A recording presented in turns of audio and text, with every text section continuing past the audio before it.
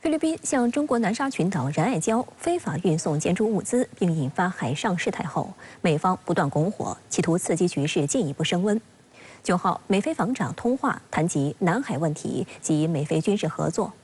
观察指，中菲这次仁爱礁争端是在美国加速拉拢菲律宾，试图推进所谓印太战略围堵中国的背景下发生的。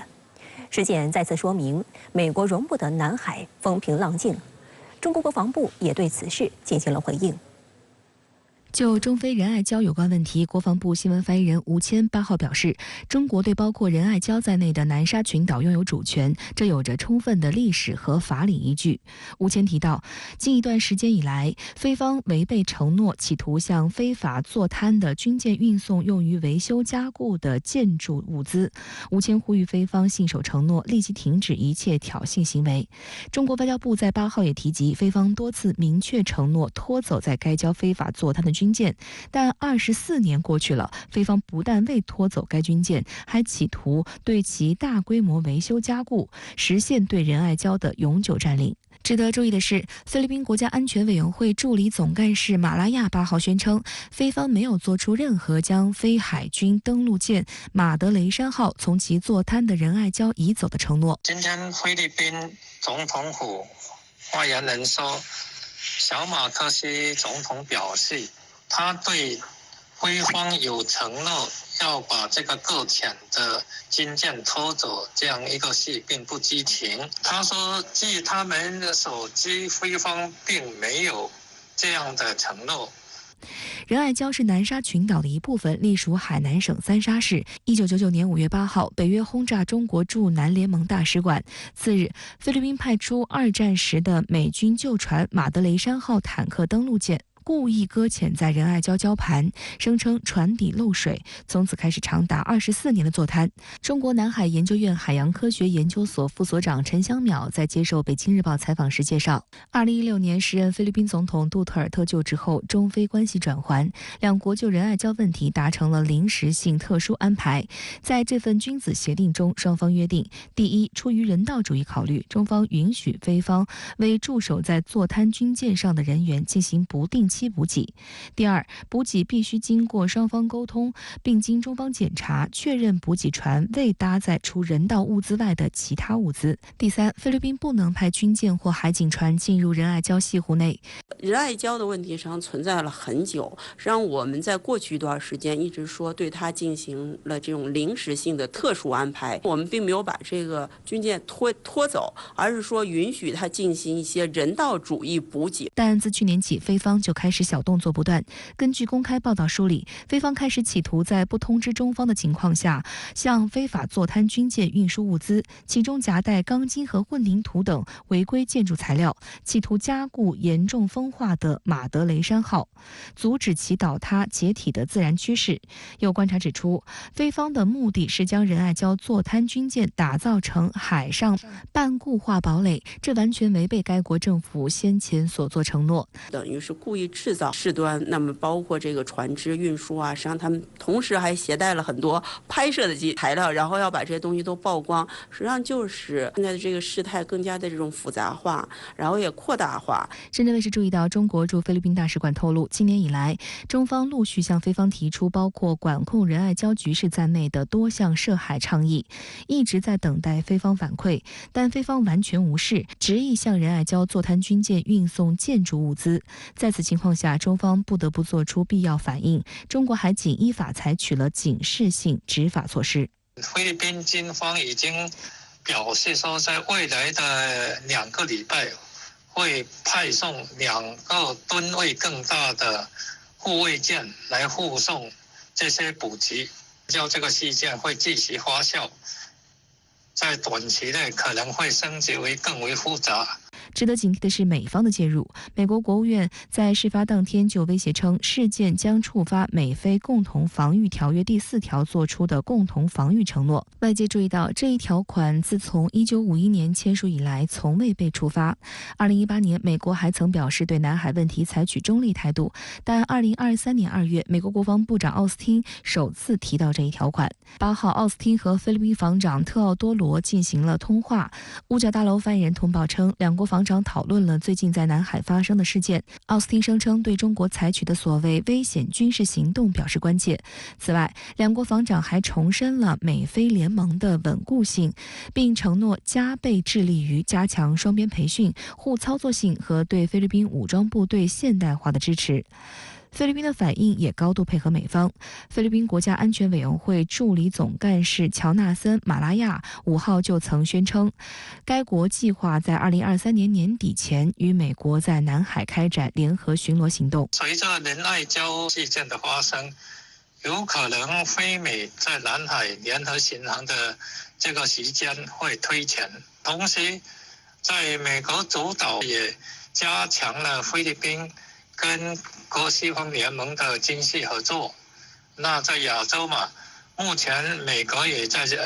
促成菲律宾与日本以及澳大利亚的联合巡航跟联合演习，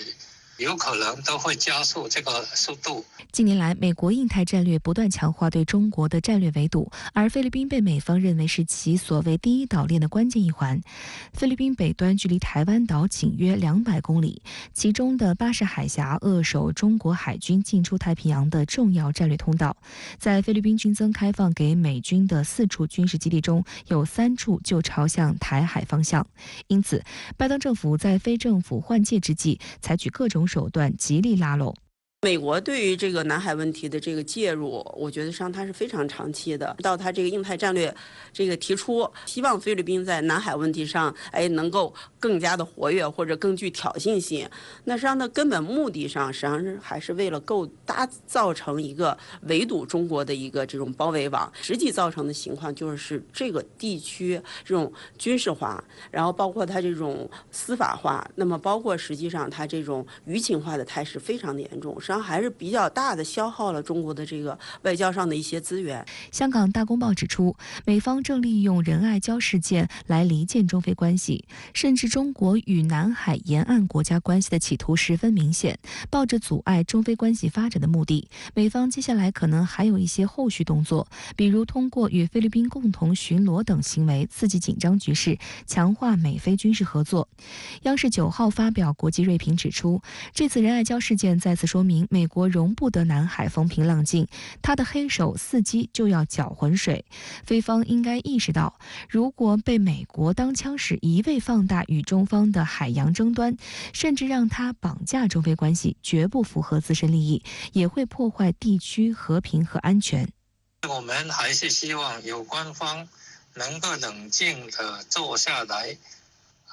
以这个和平为前提，不要让这个事件继续升温发酵。如果继续升温发酵，对中菲发展有一些不利的。仁爱礁应该是一个老话题，那您如何看待现在美菲两国又重新炒作这个老话题呢？是的，仁爱礁问题呢是在1999年，也就是24年前，菲律宾将一艘破旧的坦克登陆舰马德雷山号在仁爱礁西南侧的礁坪故意采用坐滩，也就是搁浅方式使之滞留，希望改变仁爱礁无人无设施的现状，实现菲律宾实际控制的目的。中方执法船则在这附近执法。今年以来围绕仁爱礁又出现了多次的博弈，包括8月5号这个案例。其实事实很清楚美菲再次挑起事端并炒作这个老话题是别有用心，而中方正常应对的操作是专业克制的，是无可非议的。问题的由来很清楚，仁爱礁是中国南沙群岛领土的一部分，当然有生索关系，但是基本的法理事实都很清晰。应该指出的是，本来仁爱礁无人无设施，问题其实比较简单，但是被菲律宾从24年前率先以这种无理方式打破了相互关系的均衡，那中方就不得已采取了必要的行动。过去20多年中也有过一些零星的纠纷，但基本还是平稳的。仁爱礁问题目前具有这样几个性质，首先呢是长期性，它是一个长期形成的问题，至少从菲律宾的军舰坐滩开始已经有24年，所以可能不会马上得到妥善解决，但至少是可以搁置的，是可以通过相互谅解、长期磨合来妥善解决的问题。第二呢就是复杂性，因为它不仅涉及到双边主权关系等，还涉及到当地资源的占有和开发等经济物质利益，同时也涉及到背后的大国互动，特别是美国近日强势介入菲律宾、扩建基地等，这种复杂性就使得问题很难用简单的方式予以解决。第三就是可控性，历史实践证明啊，这个地区形势是可控的，今后也并没有发生冲突的必然性和紧迫感。这次事发之后，马克思总统也明确说，虽然要继续维护菲律宾的主权领土，但是也需要继续和中国和习近平主席保持沟通和交流，以便有一个定论性的共识。中方呢，对于仁爱礁问题，更是一直采取了和菲律宾和平谅解协商的方式。比如个别渔民上岛休息的时候，中方也并没有采取什么拦阻行动，可见双方都还是有分寸的。虽然呢，由于菲律宾国内的政局变动会出现一些不必要的麻烦纠纷，美国等大国在背后插手，或者是刻意炒作渲染，也会造成事态的复杂性等。但总的来看，这样的问题完全可以通过中国和菲律宾双边协商，管控分歧，避免冲突。在仁爱礁这样的问题上，到底存在着哪些难题？怎样才能得到妥善的解决呢？仁爱礁的事情表面上是一个很小的纠纷，但其实背后啊隐藏着3个大的难题。首先就是涉及到中菲双边关系中的领土主权完整问题，即使是中菲关系比较好的时候，也很难真正一步到位的彻底解决。其次呢，就是涉及到了南海地区有油气资源，这就使得各方既难割舍，但又希望开发获利，就成为了一种复杂的经济和物质利益问题。希望获利就会有争斗，但是合作开发呢，又需要双方在政治上达成一些共识和谅解。再次呢，就是深刻的大国博弈背景。如果仅仅是中菲之间，那问题就比较简单，就比较容易解决。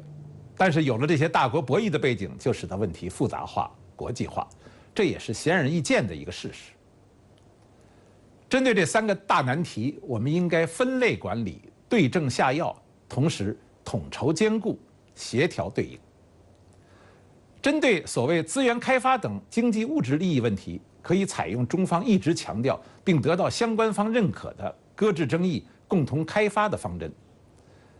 合作发展的实践会证明我们共同的利益大大超过我们之间的分歧。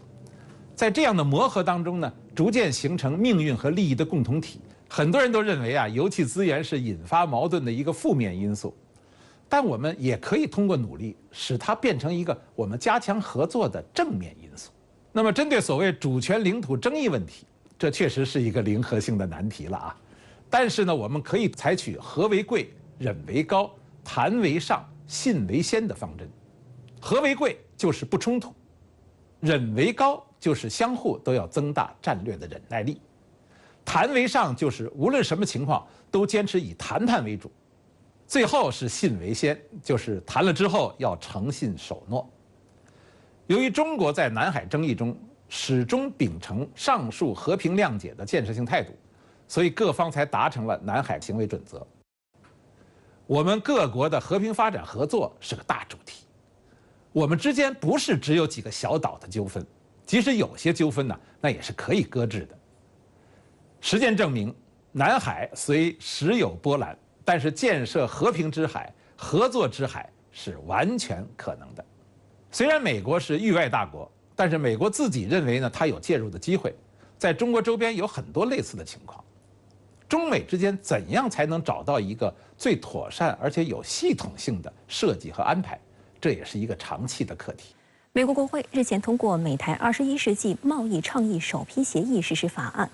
当地时间7号，美国总统拜登将其签署成法。但值得注意的是，拜登宣称该倡议部分条文有违宪之余。那为什么拜登既要签署这一所谓倡议，又要对外宣称其部分内容违宪？这里面打的是什么小算盘？岛内舆论则普遍认为，这一倡议没有实实在在的干货，内容空洞。在参众两院通过后，美台21世纪贸易倡议首批协议实施法案于7月27号被送到美国总统拜登的办公桌上。这份倡议包括5个议题，包括政策及贸易便捷化、法治、服务业规章、反贪腐、中小企业，但没有涉及关税减让的安排。在收到法案之后12天，拜登于8月7号将其签署成法。之所以拖了12天，焦点在于法案中的第7项条款，要求美国行政当局日后与台方达成任何协议之前，都需要咨询国会意见。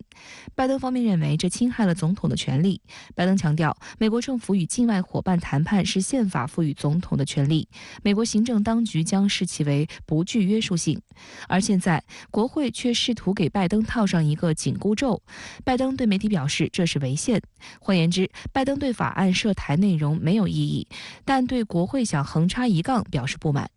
观察指出，这是美国府会之争的又一次发作。法律专家指出，美国宪法在这方面存在灰色地带。一方面，总统率领美国国务院拥有外事方面的权利，但另一方面，美国国会拥有管理外贸的权限。很显然，所谓的美台21世纪贸易倡议首批协议实施法案这样一个高度政治化的贸易倡议，让国会和总统两方面都觉得自己的权利被侵犯了。但美国舆论认为，虽然拜登谨慎强调违宪，但并不会提起宪法诉讼，反而会默许这种违宪，因为打台湾牌是美国国会两党的共识，拜登只是因为自己的些许权利被侵犯而嗔怪国会。对于这份倡议的后续谈判而言，白宫仍将主导协商，国会还是会照表操课，保留自己介入的权利。只要总统所在的党派在国会中不至于太过跛脚，白宫和国会在这一问题上将继续沆瀣一气。尽管这个拜登签署了，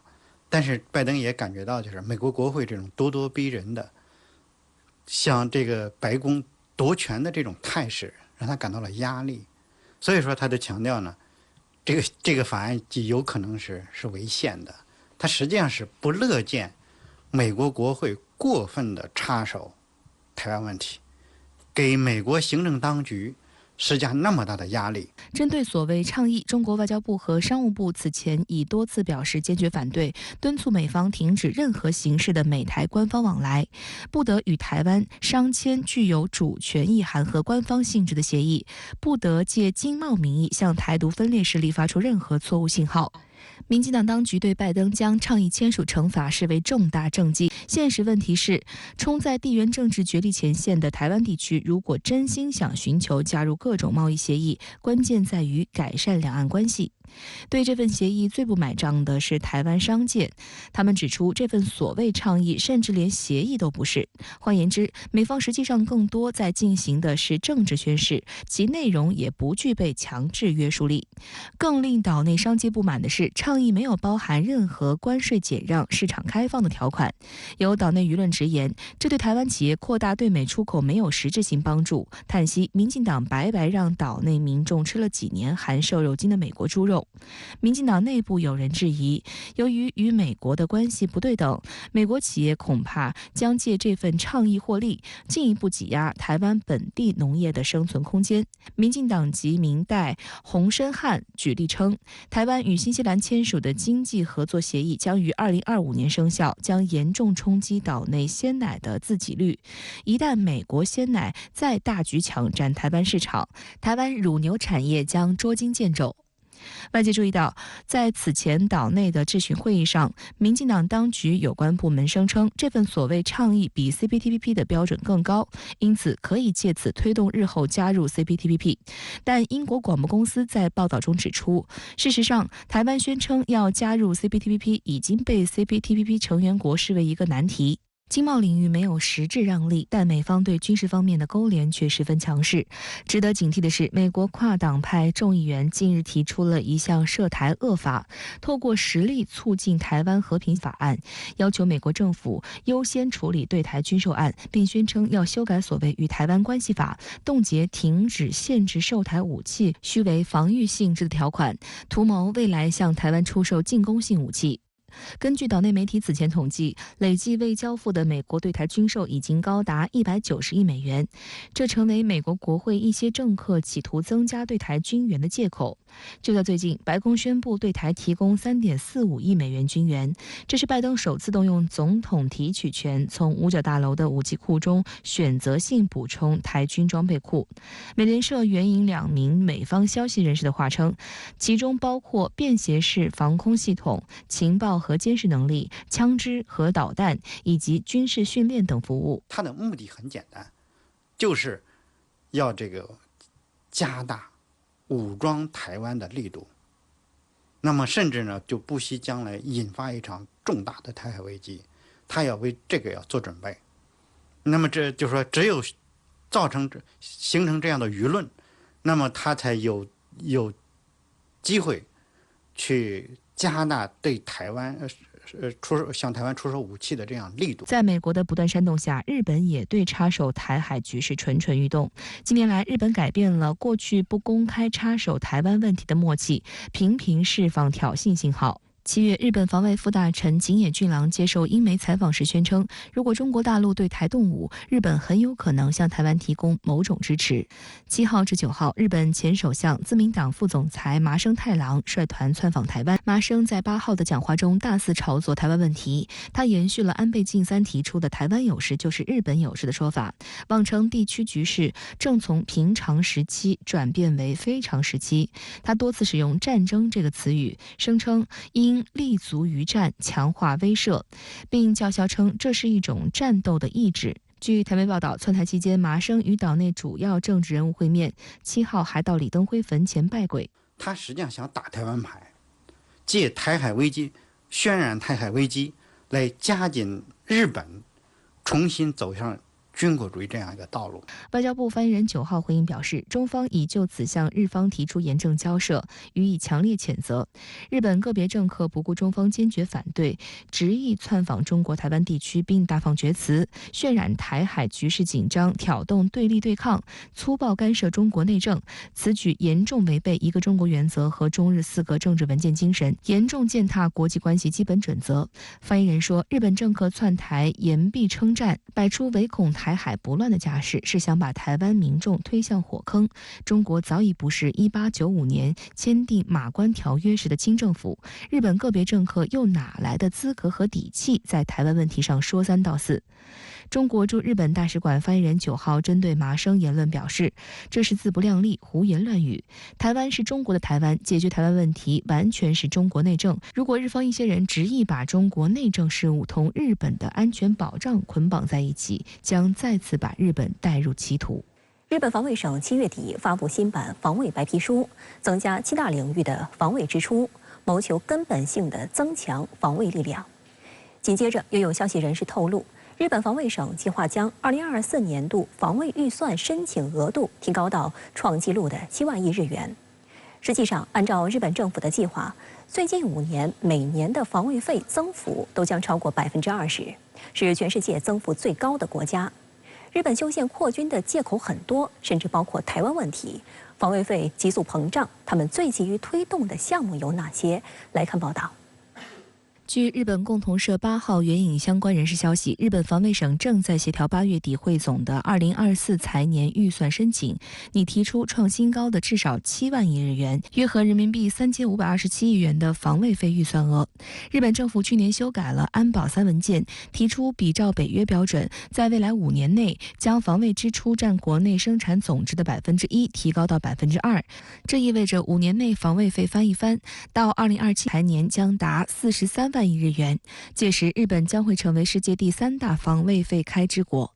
实际上，作为5年防卫费翻倍计划的首年，2023财年日本防卫费涨幅位居全球主要经济体第1位，达到约6.8万亿日元，比上一财年增长26%。因此，外界认为这次日本防卫省对外放风称至少7万亿日元是保守估计。按照年增长20%的幅度，日本2024财年的防卫费预算将高达8.16万亿日元，而目前防卫省方面透露仍为7字头，显示增幅将有所放缓。析认为，这或许与日本经济现状不佳有关。按照国际货币基金组织的估算，今年日本 GDP 将被饱受俄乌冲突外溢效应冲击的德国超越，跌至全球第4。值得关注的是，日本大幅增加防卫费开支的具体用途。据日本政府消息人士透露，其中日本国产1000公里的长射程导弹购置项目，以及取消进口美国陆基宙斯盾之后的替代项目支出是大头。高超音速武器也是日本斥重金研发的重点项目。此前多年，日本在这一领域没有显著成果，但去年开始，美国宣布与日本联合研制高超音速武器。目前，日本正集中精力研发射程为2000公里的岛屿防御用高超音速滑翔弹。由于这款滑翔弹的外形、性能和射程都与美国的战斧十分相似，因此也被称为日本国产战斧导弹。不过必须指出的是，美制战斧导弹并不是高超音速武器，而且美国自身的高超音速武器项目现在也已经陷入了技术瓶颈，试射成功率不高。负责研发该弹的川崎重工方面今年3月透露了日本国产高超音速武器的研发进度。目前原型机正在进行内部测试，预计2024财年展开模块化测试任务，2026年将列装该弹的早期装备型，2028年将列装性能升级型，射程或达3000公里。值得注意的是，日本在取消星神国产新一代隐身战机项目之后，去年提出与英国和意大利按照4:4:2的出资比例，联手研发第6代战斗机，代号为 GCAP， 也就是全球空中作战计划。该项目将于2025年共同启动，计划于10年内完成研发。但外界对这一项目不太看好，因为英国、意大利和日本都没有掌握隐身战机的技术。有分析认为，即使研发出来，也难以与美国的 F-35竞争，因此这一项目可以判断为施压美制 F-35砍价的政治工程。还有观察指出，日本自主研发的重点是布局研发周期较长、新兴技术特征明显的未来概念性武器，但这个领域十分激进。过去日本长期依赖美国军工技术，因此能否跟上全球军事尖端技术发展节奏，尤其是否能掌握相关核心技术，仍有待观察。日本要发展所谓的反击能力，事实上就是具备一个能够攻击敌方导弹基地的这么一个先发制人的这么一个攻击能力。那么这一点是与日本战后长期所奉行的专守防卫的政策是背道而离的，而且这也意味着日本在进一步的挣脱日本战后这个和平宪法所规定的一个和平发展的路线。防卫费大幅上涨，怎么花出去成为日本防卫省的新任务。对外采购武器装备也在飙涨，主要获益方是美国。根据订购合同，未来日本将装备147架 F-35A 和 F-35B 战斗机，建成全球仅次于美国的第2大 F-35战斗机群。目前美国已向日本交付15架 F-35，但整体进展缓慢。同时，日本也在积极推进向美国采购400枚美制战斧巡航导弹事宜，预计最早于2026年列装自卫队，并部署在冲绳地区。有消息称，日方考虑同美方磋商能否将部署时间提前。未来日本在美日同盟中所扮演的角色也是更加从一个防守者的角色转向一个进攻者的角色。一方面是美国，由于它受到国内矛盾的牵扯以及它全球战略投入的这么一个精力有限，它希望日本在其中替它分担更大的安全责任。另一方面，主观上来说，日本也想通过这种变化来实现它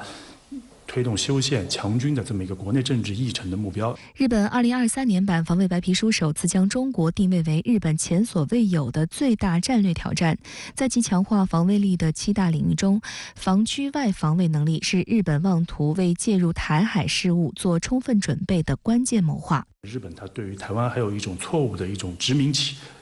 地的情节在里头作祟。那么另一方面，日本也想利用台湾问题来组织中国的崛起，来利用台海的冲突来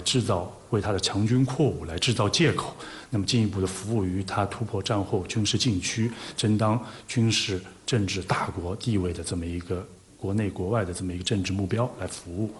国防部新闻发言人谭克飞日前表示，日本在军事扩张的道路上越走越远，追随个别大国搞有针对性的小圈子，给地区和世界和平、安全与稳定带来严重挑战。我们敦促日方在台湾等重大问题上重信守诺，在军事安全领域谨言慎行，以实际行动推动双边关系回到正确轨道。相关话题继续来连线特约评论员更新。更先生，日本又要大幅增加防卫费用了，还通过国内安保文件修改，以及在国际场合配合美国推动阵营对抗。那您觉得日本为什么要这样做呢？其实日本的这些变化呀，根本上还是近年来日本式焦虑的集中反应。首先，在百年变局的背景下，美日欧等发达国家的整体优势在下降。日本和中国十几年来经济实力的这种翻转性的变化，以及伴随这些变化，中日在政治及情感关系上的不断下滑，而且这种结构性变局依然在向前快速演进，这些都使得日本的焦虑与日俱增。其次，由于美国的内外交困、实力日衰和政策多变，日本长期在防卫上依赖美国的格局不断受到撼动。特朗普时期对日美同盟的轻视，美国在阿富汗表现出的失败主义大撤退，和近来俄乌战事中美国既挑拨离间又投机闪躲的外强中干的本质暴露，都使得日本感受到了很大的压力。但是日本的这些做法呀，实际上并不是解决问题的正道，因为从日本的国力和国际社会的格局来看，日本很难以强军搞对抗来缓解安全上的困境。比如俄乌开战后，岸田一改过去安倍与俄罗斯和解的路线，以便更加与美欧捆绑，但是呢，恶化了日俄关系，这就让日本呢在军事、能源等受到了更大的压力，可能会面对三面受敌的困境。同时，美国近来正在缓和中美关系，日本似乎又感受到了当年尼克松越顶外交式的压力，所以最近岸田也2次提出希望访问中国，并且将稳定中日关系作为日本下半年外交工作的重点。今年啊是中日友好条约签署45周年。当年冷战背景下，中日都可以捐弃前嫌，搁置争议，构建友好合作的大局。今天，日本一直是以中国作为最大贸易伙伴，中日贸易额是美日贸易额的2倍，在华日本企业的盈利率大大的高于其他的日本企业。实践证明，日本要解困，只能靠和平发展合作，扩军备战的老路它是走不通的。白宫即将公布禁止美企在华投资敏感技术的计划，一些细节已提前曝光。那您怎么看待新的对华科技战？对中国科技企业有何影响呢？主持人好，再过几小时，白宫呢就要公布禁止在华投资敏感技术的计划，一些细节呢已经披露了，意味着呢第3轮中美科技战打响了。第1轮中美科技战呢是美国定点打击中国高新技术的领军企业，比如华为、中信、海康威视等等，以阻断技术供应和进出口贸易为特征。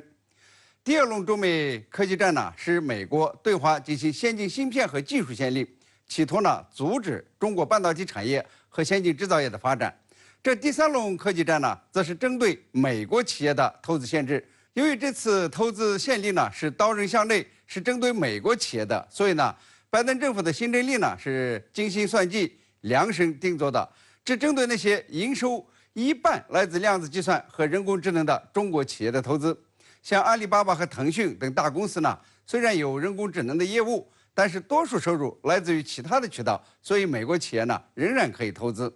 很显然，美国的投资禁令重点针对的是从事量子计算、人工智能、超高音速半导体领域的专业公司，大都是新锐科技初创企业。这些企业呢可能会发展成独角兽，进而研制出颠覆性的技术，在技术上超过美国。那么，美国的投资限令对中国科技初创企业有多大影响呢？我认为呢，影响不大。但是呀，美国习惯性的把科技议题政治化，并且呢，以国家安全为名，把技术和投资作为工具和武器，故意的打压中国，恶意的煽风点火，有可能呢影响其他的国家跟美国的风，减少对华投资，转移投资目的地。中方呢对美国的这一轮科技战呢，早就打了预防针，告诉美国呀，必须这个谨言慎行，否则呢，他们必将为错误行为买单，会尝到人若犯我，我必犯人的反制之苦。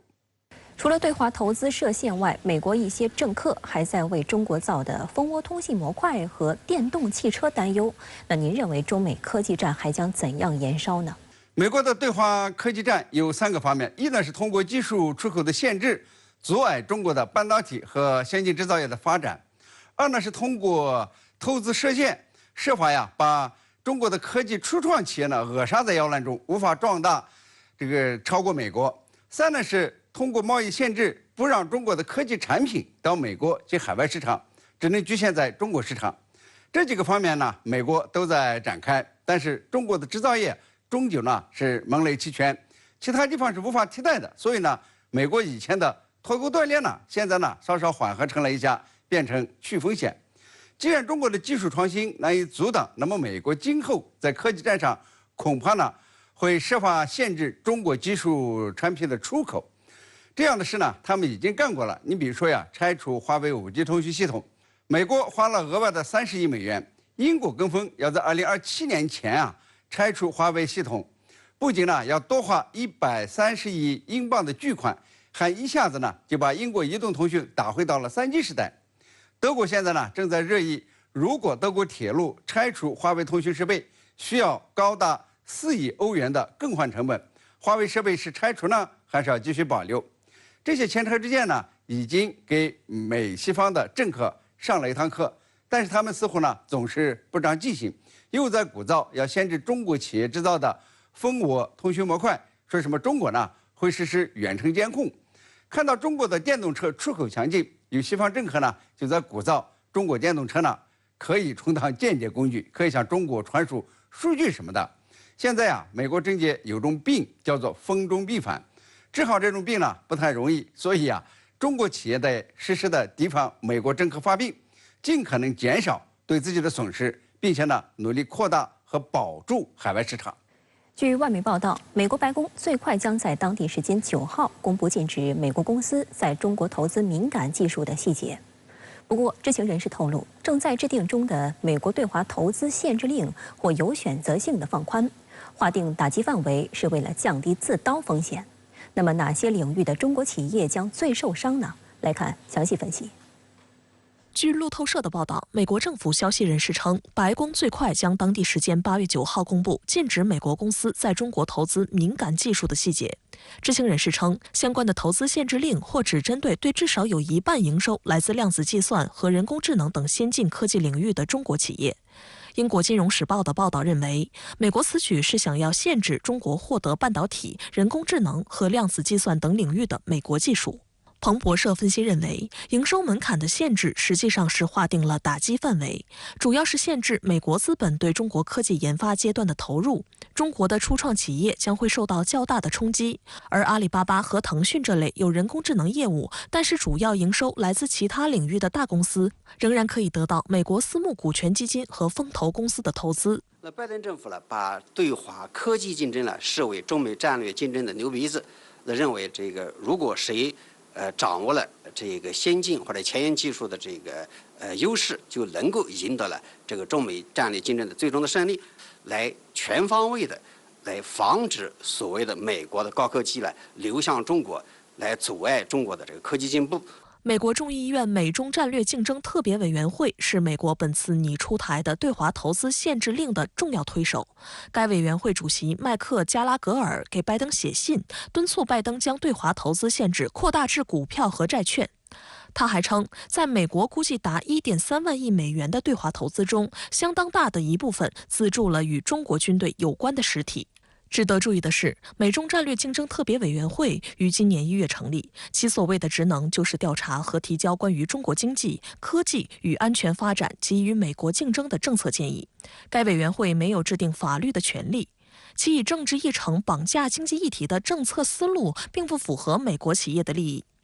美国英特尔、高通和英伟达等半导体公司纷纷反对拜登政府拟发布的投资限制令。他们认为，限制对中国的投资可能会破坏全球供应链，使他们在全球市场上的竞争力受到影响。美国的半导体协会也曾公开表示，中国是我们最大的市场。针对美方频繁无理打压中国企业，中方此前已曾多次表示，美方应立即停止对中国企业的无理打压，立即停止将经贸问题政治化的错误做法。那这个委员会呢，它没有这样一个立法的这样一个功能，但是它可以通过了这个举行这个听证会来渲染了中国威胁，并且向拜登政府对华政策进行施压。现在看它是有24个成员，其中这个13个就是共和党人，这个民主党这个议员有11位。那这个24位这个议员，绝大多数可以说都是在对华问题上持鹰派的这样一些怎么样的反华的这个政客所组成的。不过，外媒认为，美国这次拟出台的投资限制令，想要同盟友们取得共识很困难。各国法律系统不同，利益考量不同。日本官员表示，他们没有计划创建类似的审查工具，因为只要企业可以通过开曼群岛这样的国家输送投资，所谓的投资限制令就存在漏洞。而对于欧盟来说，中国是欧盟最大的稀土和其他关键原材料供应国，这是欧盟不得不考虑的。外界分析指出，中美在经济贸易上将继续保持斗而不破的关系，但在核心关键领域的竞争将会异常激烈，因为美国既依赖中国市场，又要遏制中国技术升级。全球经济增速放缓及中美博弈加剧，在一定程度上对中国使用外资造成影响。今年1月到6月，中国实际使用外资7036.5亿元，同比下降2.7%。商务部在6月份表示，中国将更加积极推动高水平对外开放，全面有序开放服务业，继续缩减外资准入的负面清单，为外资来华创造更好的营商环境。那中国的这个反制措施呢，我想可以有2个方面。那第一个就进一步来优化我们的这个科技领域它的这个创新的这样一个环境，包括加大政策方面的扶持，以及加大了这个科技方面的这个投入的力度。那第2个方面呢，我觉得还是进一步来这个加大改革和开放的这样一个力度，以更高水平的改革和更高水平的开放，来让形形色色的这个所谓的中国威胁论呢不攻自破。据美国海军学会新闻网最新消息称，尽管一项面对小型企业的商业招标透露，美国海军正准备为建造更多圣安东尼奥级2栖战舰做准备，但美国新型2栖战舰的建造实质上仍处于暂停状态。有观察指出，这显示美国海军未来装备发展的方向正陷入犹豫和调整当中。装备轻型化是近年来的一个趋势，但轻型化造成的战力减弱则令美军倍感纠结。报道提到，美国政府采购合同网站发布了一份长期合同，显示美国海军正在试图推进与英格尔斯造船厂签订一份多年合同，透露了一款新型 Flight II 批次圣安东尼奥级2栖船坞运输舰。合同文档透露，美海军将采购3艘。2014年，美国海军更新了2栖作战战略，圣安东尼奥级 Flight II 批次就是按照当时的战略目标设计。外界注意到，其主要改动就是轻型化，一些高端功能被精简，直升机库等装备和部队容纳能力缩小，医疗空间减半，主机数量减半，但指挥和控制能力则进行升级。目前这一型号的2栖船坞运输舰首舰 LPD-30 哈里斯堡号已于去年1月在英格尔斯造船厂开始铺设龙骨。不过，令外界颇感意外的是，美国海军在一份声明中表示，目前并不准备为后续舰签署长期合同。美国海军称之为战略暂停。深圳卫视注意到，此事早有端倪。今年3月，美国海军学会新闻网报道称，该国国防部长办公室指导的一项新研究暂停了2栖舰艇的采购。当时发布的美国海军2024财年预算提案也显示，圣安东尼奥级 Flight II 批次项目已经暂停。而根据美国海军最初的想法，是要采购至少13艘同型号舰艇。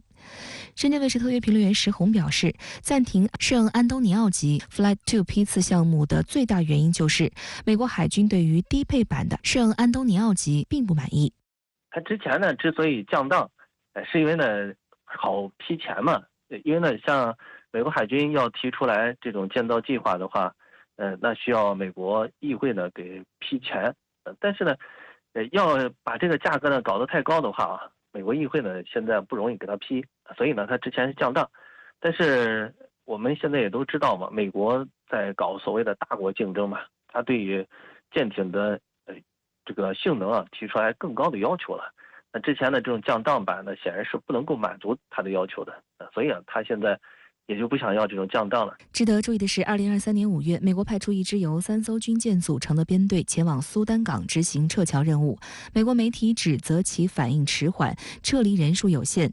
包括美海军陆战队作战司司长罗杰特纳在内的多名高级军官借机表示，此次行动暴露出美军大型两栖舰船数量不足、载运能力降低，一旦出现紧急情况将无力应对等问题。美国海军呼吁保持并增加大型两栖舰船的数量，要求巩固和提升两栖戒备群的实力，以确保在全球范围内维持武力威慑。